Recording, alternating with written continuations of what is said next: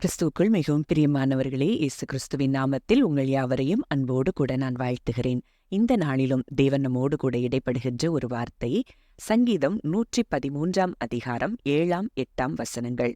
அவர் சிறியவனை புழுதியிலிருந்து தூக்கி விடுகிறார், எளியவனை குப்பையிலிருந்து உயர்த்துகிறார், அவனை பிரபுக்களோடும் தமது ஜனத்தின் அதிபதிகளோடும் உட்கார பண்ணுகிறார். ஆம், இந்த வார்த்தையின் மூலம் தேவன் இன்றைக்கு உங்கள் ஒவ்வொருவரோடும் கூட இடைப்படுகிறார். ஒருவேளை நீங்க நினைக்கலாம், நான் இந்த குடும்பத்திலேயே சிறியவளா இருக்கிறேன், எல்லாராலும் புறக்கணிக்கப்பட்டவர்களாய் தள்ளப்பட்டவங்க நான் இருக்கிறேனே, எனக்கு ஒரு உயர்வு உண்டா அப்படின்னு சொல்லி நீங்க நினைக்கலாம்.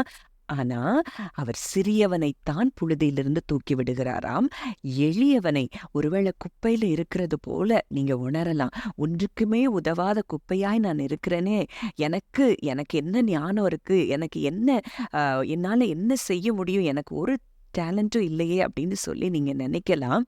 ஆனால் உங்களைத்தான் தேவன் குப்பையிலிருந்து உயர்த்துகிற நல்ல தகப்பனாய் இருக்கிறாராம்.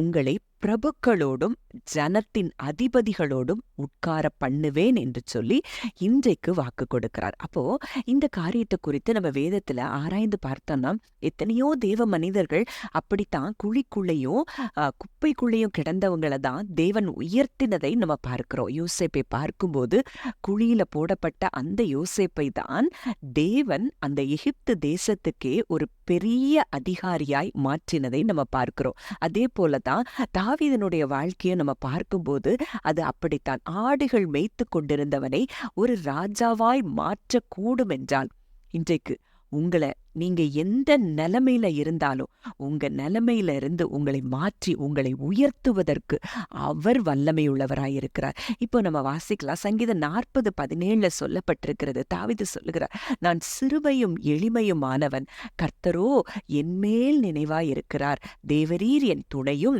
என்னை விடுவிக்கிறவருமாயிருக்கிறீர், என் தேவனே தாமதியாதையும். இதுல இந்த முதல் பாகத்தை நம்ம பார்த்தோம்னா, அங்க சொல்லப்பட்டிருக்கிற வார்த்தை என்னன்னா, நான் சிறுமையும் எளிமையுமானவன், கர்த்தரோ என் மேல் நினைவாயிருக்கிறார். அப்போ அங்க தாவீதுக்கு ஒரு உறுதியான நம்பிக்கை இருந்தது.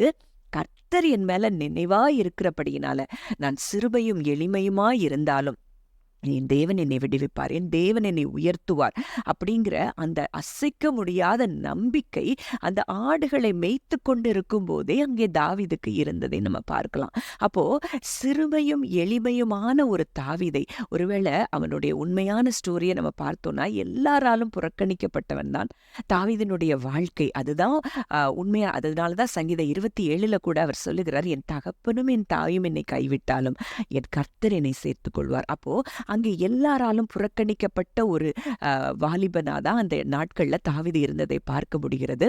அங்கே தாவீதை அபிஷேகம் பண்ண வரும்போது சாமுவேல் இடத்துல தாவீதை காட்டவே இல்லாத ஒரு தகப்பன் தான் அவனுடைய தகப்பனா இருந்ததை நம்ம பார்க்க முடிகிறது. அப்படி எல்லாராலும் புறக்கணிக்கப்பட்ட அந்த தாவீதினுடைய இருதயத்தின் மேலதான் கர்த்தர் விருப்பமாய் வாஞ்சியாய் இருந்தார். இவன் என் இருதயத்திற்கு ஏற்றவன் என்று சொல்லி பின்னாட்கள்ல கர்த்தர் தாவீதை குறித்து சாட்சி கொடுக்கிறதை நம்ம பார்க்கிறோம்.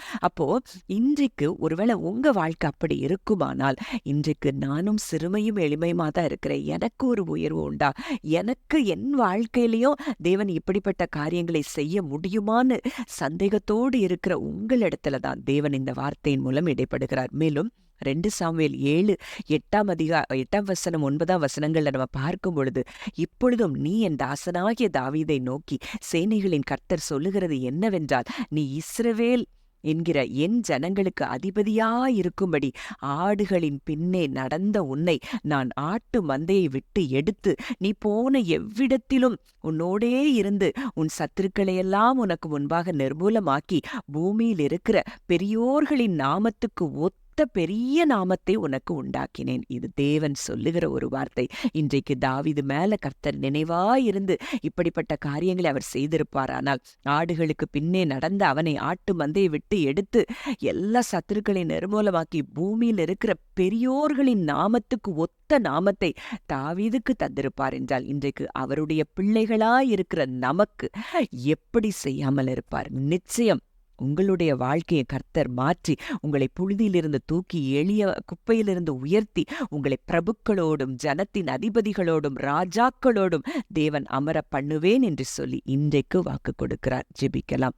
அன்பின் பரலோக தகப்பனே, நன்றியோடு உம்மை துதிக்கிறோம், ஸ்தோத்திரிக்கிறோம். அப்பா, இந்த நல்ல நாளிலும் நீர் எங்களோடு இடைப்பட்ட உம்முடைய வார்த்தையின்படி அப்பா ஆண்டவரே, இந்த வார்த்தையை கேட்கிற ஒவ்வொருவரையும் இவ்விதமாய் நீர் ஆசீர்வதிக்கிறதற்காக நன்றி செலுத்துகிறோம். ஆண்டவரே, பிரபுக்களோடும் ராஜாக்களோடும் அப்பா இதை கேட்கிற ஒவ்வொருவரையும் நீர் அமர பண்ணுகிற கிருபைக்காய் நன்றி செலுத்துகிறோம். இதை யாரெல்லாம் விசுவாசித்து ஒருவேளை இந்த வார்த்தை எனக்கு தான், இது என் தேவன் எனக்கு இதை நிச்சயமாய் செய்வாருங்கிற விசுவாசிக்கிற ஒவ்வொரு பிள்ளைகளுக்கும் கர்த்தர் இந்த வார்த்தையின்படியே நீர் செய்து முடிக்க போகிற கிருபைக்காய் நன்றி செலுத்துகிறோம். ஆண்டவரே, பூமியில இருக்கிற பெரியோர்களின் ஒத்த நாமத்துக்கு அந்த நாமத்தை ஆண்டவரே உம்முடைய பிள்ளைகளாகிய எங்கள் ஒவ்வொருவருக்கும் நீர் தருகிறபடியினால் நன்றி செலுத்துகிறோம். இயேசுவின் மூலம் கேட்கிறோம் ஜீவனுள்ள நல்ல பிதாவே, ஆமேன்.